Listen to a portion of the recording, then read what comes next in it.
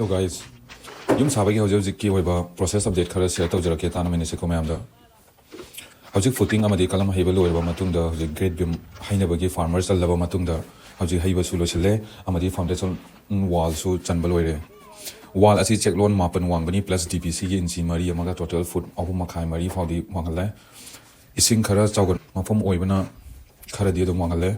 masigi matung da hojik dpc langnaba farmers and masu losile hojik kana haiba lotion na honari ai mystery sing ja thaba yamna kali thawai yawi numidang oireba fawba lotion da yade haina kan hona jari ko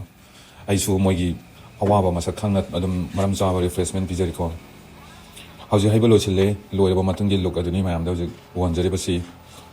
aduga yumfam gi awang basu wanjarke yumfam kharadi wange adubu ko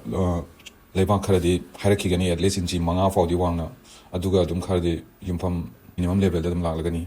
ado hojiki level si fawda kari kari soiba natraga tahoningba yauge habado yimbi ba isin now man comment ta habiramo thanks for watching makata ba update mo pizak aduga itin now man please subscribe to biramo makata ba yani aina thagala poko matam ge masala madi political updates kaya so dum thagalakani madi sinu